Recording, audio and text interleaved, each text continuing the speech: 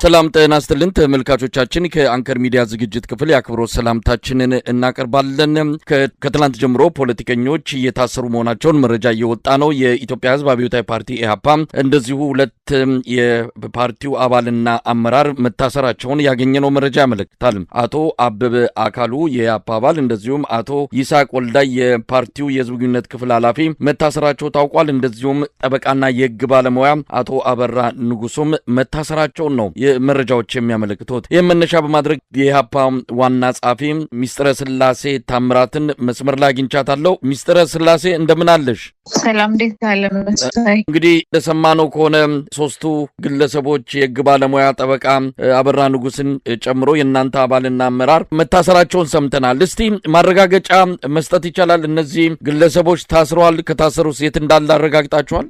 አዎ ልክ ነው። አክቹሊ አንደኛው የኛ አባል ባይሆንም ጠበቃ አበራ ንጉስም በእስር ላይ ነው ያለው። ጠዋት 1:50 ነው ከቤት የወሰዱት ትናንትና። ከዛ ከወሰዱት በኋላ በሜክሲኮ አካባቢ በሚገኘው ወንጀል ምርመራ እንዳለ ነው የምናውቀው እስካሁን ድረስ። ዛሬ ጠዋት ደግሞ ወደ ቤቱ ወስደው ፍተሻ እንደተካሄደ ሰምተናል በቤቱ ላይ። በተመሳሳይ ደግሞ በዛው ቀን ትናንትና ወደ 8:30-9 ሰዓት ገደማ የፓርቲያችን የህዝብ ግንኙነት ኃላፊ ይስሐቅ ወልዳይ ከቤቱ መወሰዱን ሰምተናል። ባደረግነው ማጣራት ሲቪል የለበሱ ሰዎች እንደወሰዱት ነው የሰማነው። ዛሬ ደግሞ አቶ አበበ አካሉ የፓርቲያችን አባል እሳቸውን በተመሳሳይ ሁኔታ መወሰዳቸውንና እስር ላይ እንደሚገኙ ሰምተናል። ለማጣራት ባደረግነው ጥረት ጠይቀናል እዛም አካባቢ። ነገር ግን ይስሐቅ ወልዳይ በወንጀል ምርመራ ቢሮ እንደሌለ የገለጹልን ቢሆንም ከዛ በኋላ ግን እዛው እንደሚገኝ ነው ለማረጋገጥ የቻልነው። በተመሳሳይም እንደዛው አበበ አካሉ ለምን የይስሐቅን እዚህ አይደለም ብሎ መሸፈን እንዳስፈለጋቸው አይገባኝም፣ ግን እዛ እንዳለ ለማወቅ ችለናል አሁን ባለ መረጃ መሰረት። ሚስጥር እንደው ምክንያቱ ታውቋል? የታሰሩበት እንደዚህ በጅምላ በሚመስል መልኩ እንግዲህ ሌሎችንም በተከታይነት ሊያስሩ እንደሚችሉ ፍንጮች እየታዩ ነው። ምንድን ነው ምክንያቱ? ከዚህ ፖለቲካዊ እስር ጀርባ ያለው ምክንያት ምንድን ነው? እንግዲህ እኔ በግል የምገምታቸው ሁለት ነገሮች አሉ። የመጀመሪያው እንደምታውቀው አዳዲስ ጦርነቶች በተከፈቱ ቁጥር ተቃራኒ የፖለቲካ አቋም ያላቸው ማለትም ከመንግስት ተቃራኒ የፖለቲካ አቋም ያላቸውን የፖለቲካ ፓርቲ አመራሮች፣ ፖለቲከኞች፣ ጋዜጠኞች በመፈረጅ ማሰር በጣም የተለመደ ሆኗል በዚህ መንግስት ውስጥ እና አሮኖ መንግስት ብለን መጥራትም ካለብን አላውቅም፣ ግን በዚህ ስርዓት ውስጥ እንደዚህ አይነት ነገሮች እየተፈጠሩ ነው። እሱ አንዱ ምክንያት ሊሆን ይችላል ብዬ አስባለሁ። ሁለተኛ ግን ሁሌም እንደምንለው በጣም እየተዘጋ የመጣውን አሁን ኦልሬዲ ተከርችሟል ማለት የምንችለውን የሰላማዊ ትግል ምህዳር መጥበብ፣ የሀሳብ ልዩነቶች አለመፈለግ እና በአጠቃላይ ደግሞ ከዚህ የተሻለ አቅም የለኝም የሚል በራሱ ላይ ምስክርነት እየሰጠ ያለ ይመስለኛል። መንግስት ከማሰር ከማፈናቀል ከመግደል ውጭ ሌላ አቅም ስለሌለኝ እነዚህን አደርጋለሁ እያለ ነው የሚመስለኝ እኔ። ምክንያቱም ሌላ ምንም አይነት ኤክስፕላኔሽን ሊኖረው አይችልም።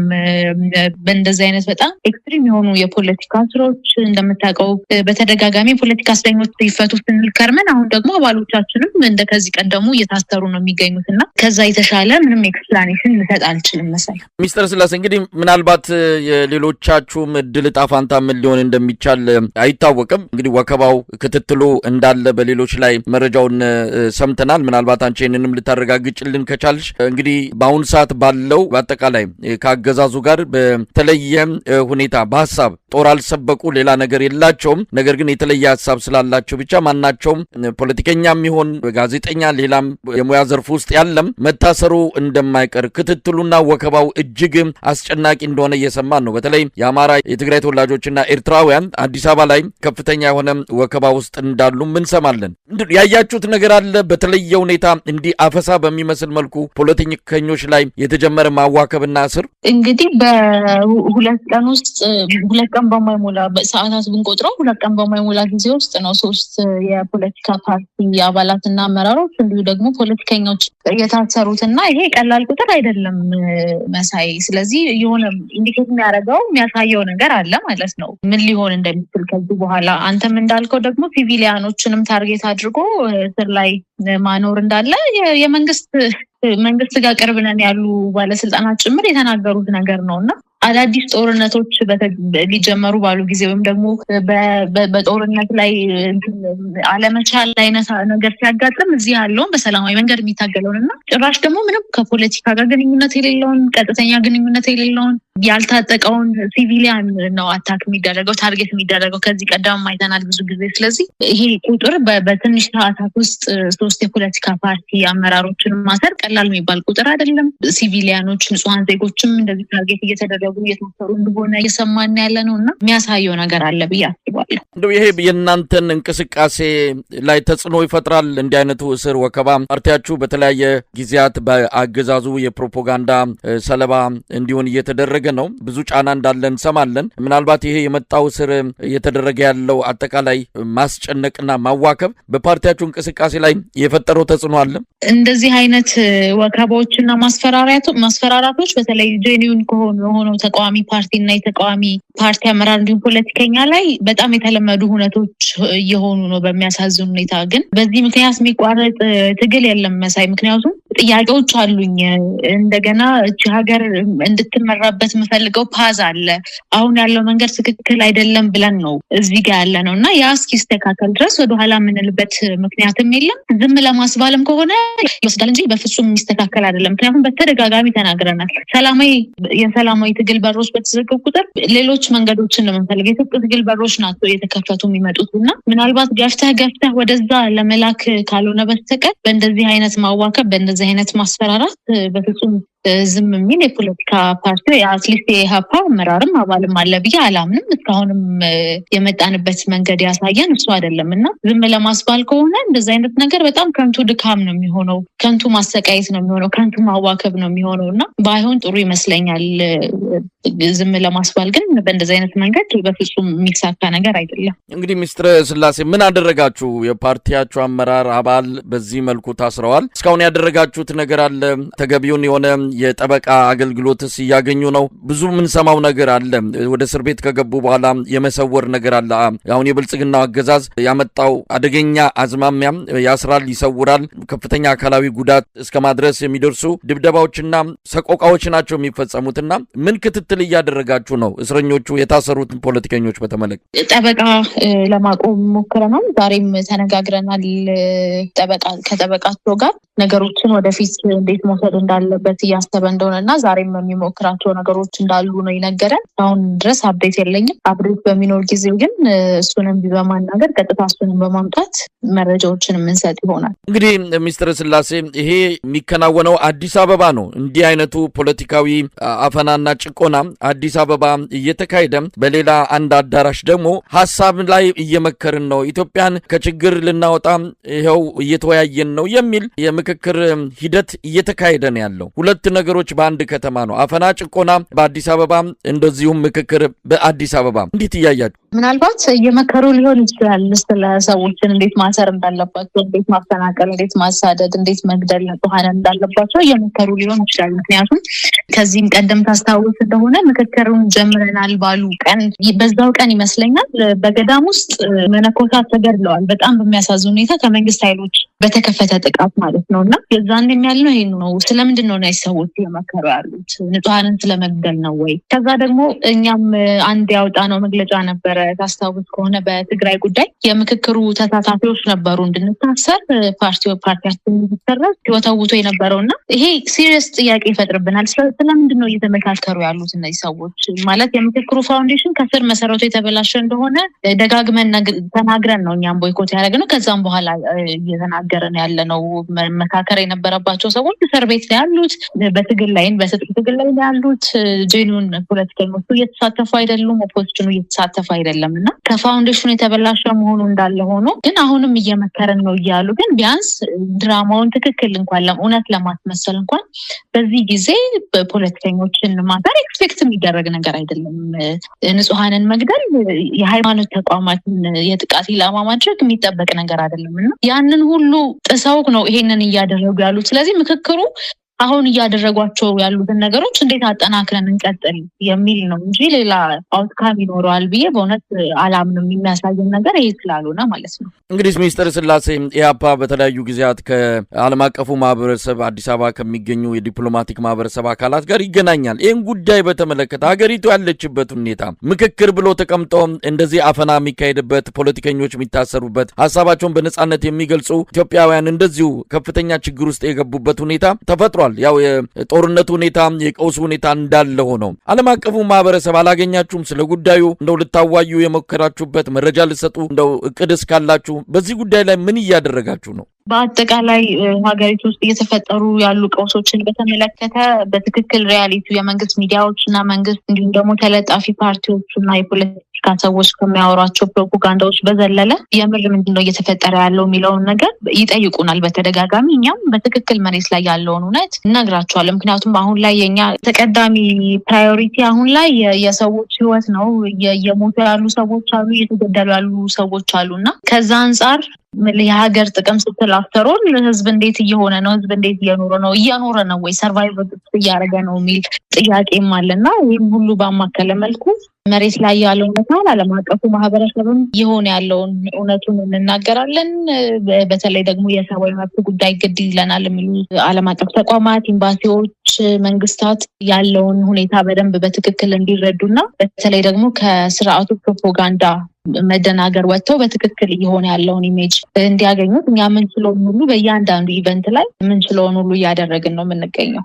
እንግዲህ ሚኒስትር ኢትዮጵያ ያለችበትን አጠቃላይ ሁኔታ ፓርቲያችሁ እንዴት እየተከታተለ ነው? የኑሮ ውድነቱ፣ የግብሩ ሁኔታ፣ አጠቃላይ የሰላም እጦቱ እንግዲህ በተለያየ ማህበራዊ ሚዲያም ሆነ በግል በምናደርጋቸው የተለያዩ ግንኙነቶች የምንሰማው ነገር እጅግ ለጆሮ የሚከብድ ናቸው። እንዴት እያያችሁ ነው? ኢትዮጵያ ምን ላይ ነው ያለችው? ጦርነት ያንዣበበ ነው። ሌላ ዙር ጦርነት አማራ ክልል 3 ዓመቱ ነው። አሁን በትግራይ ዳርዳር እያለ ነው። በቀደምም የተጀመረ አለ። በኦሮሚያ ክልል ያለው ሁኔታ ይታወቃል። የሰላም እጦቱ እጅግ አስጨናቂ ነው። በዚህ ላይ ኑሮ ውድነት አለ። አሁን እየመጣ ያለው ደግሞ ከፍተኛ የግብር ጫና ህብረተሰቡን የበለጠ አደጋ ውስጥ የሉና አደጋ ውስጥ እንደሚከተው ነው የሚጠበቀው። ፓርቲያችሁ እነዚህን ነገሮች እንዴት ነው የሚረዳው? እንግዲህ የኢትዮጵያ ህዝብ እና አጠቃላይ እንደ ሀገርም ኮንሰፕቱን ከወሰድን እየተፈተን ያለንበት ሁኔታ የለም።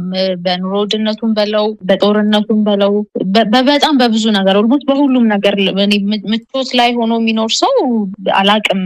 በተለይ ከስርዓቱ ጋር የግል ተጠቃሚ ካልሆነ በስተቀር አንድም ሰው በኢትዮጵያ ውስጥ ያለውን የኑሮ ሁኔታ ኢኮኖሚውንም ብትለው የሰላምና ጸጥታውን ጉዳይ ብትለው በአጠቃላይ ሁሉንም ነገር እየተማረረበት እንደሆነ ነው የማውቀው። እንግዲህ ህጻናት ታዳጊዎች ኢትዮጵያ ውስጥ መኖር አልቻልንም፣ እቺ ሀገር የኛ አይደለችም እያሉ ነው እኮ ሌላ ሀገር ሄደው ሲቀሩና ለህፃናት ማትሆን ሀገር ለታዳጊ ማትሆን ሀገር ለማን ልትሆን ትችላለች ብለህ ታስባለህ? ታዳጊዎቻችንን በምን አይነት ሁኔታ እያሳደግናቸው እንዳለ ከዚሁ መረዳት የሚቻል ነገር ነውና ለሁሉም ማትሆን ሀገር እየሆነች ነው ያለችው። ኦልሞስት ሆናለች ማለት ሊባል በሚችል ሁኔታ ማለት ነው። አማራ ክልል እንደጠቀስከው ጦርነት ላይ ነው ላለፉት 3 ዓመታት። ትግራይ ሁለተኛ ዙር ጦርነት እየተከፈተበት ነው ያለው።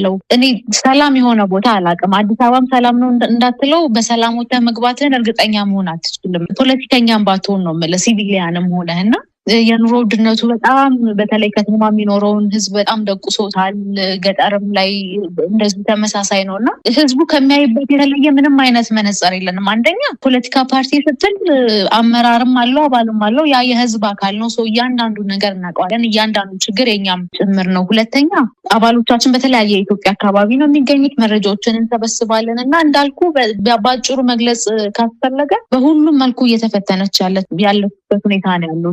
ሀገር ህዝቡ ሀገር የለኝም ለማለት እየደፈረ ያለበት ሁኔታ ነው ያለውና በጣም የሚያሳዝን ነው። በተለይ ከጥቂት ዓመታት በፊት ምን ላይ ነበረን? ቢያንስ መብላት ይችላል የመንግስት ሰራተኛው፣ ቢያንስ ልጆቹን ማስተማር ይችል ነበር። አሁን የመንግስት ሰራተኛው በቀን 3 ከሆነ በቀን 1 ለመብላት አልቻለም። ያም ሆኖ ከሬስቶራንቶች እና ካፌዎች ምግብ በርካሽ እንዳይገዛ የተራረፈ ምግብ እሱም ተከልክሏል እና እናንተም ሰርታችሁም አትኖሩም፣ ለምናችሁም አትኖሩም፣ ምንም አድርጋችሁ አትኖሩም፣ በቃ አትኖሩም የሚል አይነት ስርዓት ነው የመጣብን እና በጣም የሚያሳዝን ነው። አፍተሮል ከኖርክ በኋላ ነው ሌሎች ጥያቄዎችን መጠየቅ የማትችለው። ህልውና አደጋ ላይ ነን ስንል በቃ መኖርንም ነው እየተነጠቀን ያለ ነው፣ አትኖሩም ነው እየተባልን ያለ ነው የምትለው። ስፔሲፊካሊ እንደተወሰነ ህዝብም ልትወስደው ትችላለህ። ከዛ ደግሞ አትላርድ ስታየው አብዛኛው ነገር እንደ አክቲቭ ጦርነቶችን መጥቀስ ካስፈለገ ሊጠቀስ ይችላሉ እንጂ ትንሽ ዲፍረንሺየት የሚያደርጉት አብዛኛው የኢትዮጵያ ህዝብ ሁሉም ሊባል በሚችል ሁኔታ በጣም ተመሳሳይ መከራና ተመሳሳይ ፈተና ላይ እንደሆነ ነው እኛ የምንረዳው። እኛም በዛ ውስጥ ስለሆነ ያለን። እንግዲህ ሚኒስትር ስላሴ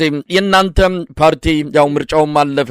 ስለዚህ ቀጣይ የፖለቲካ እንቅስቃሴያችሁ ይሄ ችግር የኢትዮጵያ ህዝብን አስተባብሮ ወደ አንድ ለውጥ እንዲመጣ ከምንም በላይ ፖለቲካ ፓርቲዎች ሚናቸው ከፍተኛ እንደሆነ ይታወቃልና ምን ልታደርጉ ትችላላችሁ? ከዚህ በኋላ ይሄ የህዝብ ብሶት ገንፍሎ ሌላ አይነት ቀውስ ውስጥ ሊገባ የሚችልበት እድል እንዳለ ወይም ደግሞ አደጋው እንዳለ በግልጽ የሚታይ ጉዳይ ነው። የእናንተ ሚና ምን ሊሆን ይችላል በዚህ ወቅት ላይ?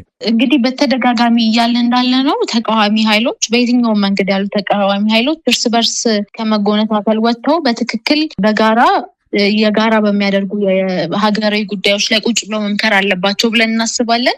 ያንን ነው ማድረግ የምንፈልገው። ምክንያቱም ኢትዮጵያዊ ሆነ በኢትዮጵያዊ ጉዳይ አታውራ ሊል የሚችል አካል መኖር የለበትም ብለን እናስባለን፣ እናምናለን። እንደዛ ቢልም ተቀባይነት ያለው ነው ብለን አናምንም። ስለዚህ በተቃዋሚ ጎራ ያለው በትክክል ለኢትዮጵያ እንደዚህ መሆን አለበት የሚል ግልጽ የጠራ ዓላማና በኢትዮጵያዊነት ስር ቁጭ ብሎ መነጋገር የሚችል አካል ካለ whatever the differences ቁጭ ብሎ መነጋገር አለበት ብለን እናስባለን እና መጀመሪያ የኤሊቱ እና የፖለቲካ ኃይሉ ንግግር ያስፈልጋል ብለን እናምናለን። ከዛ በኋላ ግን በተለይ ህዝብ ደግሞ በጋራ መቆም አለበት። በተለይ አሁን ትሰማለህ በተደጋጋሚ ከመንግስት በኩል ከፋፋይ ትርክቶች አሉ። የተሰሩም ያልተሰሩም ታሪኮችን በመፈብረክ የተሰሩትን ትዊስት በማድረግ በማጣመም ከአውድ ውጪ በመውሰድ ያልተሰሩትን ደግሞ በመፍጠር በህዝብ መካከል ጥላቻንና መቃቃርን ለመፍጠር እየተሞከረ ነው ያለውና በጣም እኛም ልናሳስብም ልንገልጽም የምንወደው ከዚህም በኋላ ደግሞ እንዲሰራበት መሰራት አለበት ብለን የምናስበው እኛም